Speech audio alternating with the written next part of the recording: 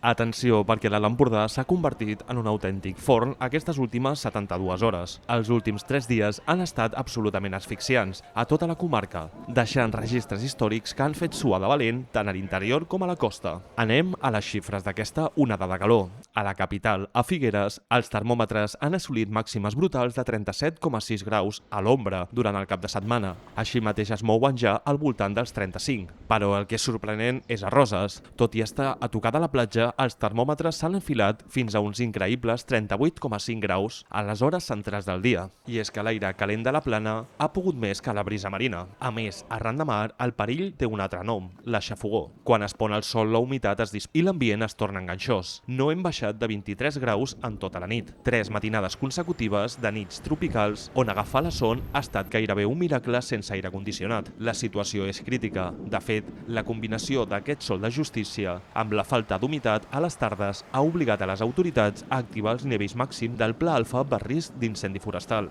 Lo pitjor és que la calor encara mantindrà el pols i demà podríem fregar els 38 graus a Figueres. Per tant, ja ho sabeu, molta aigua, busqueu l'ombra, eviteu l'esport a la tarda i cuideu-vos molt.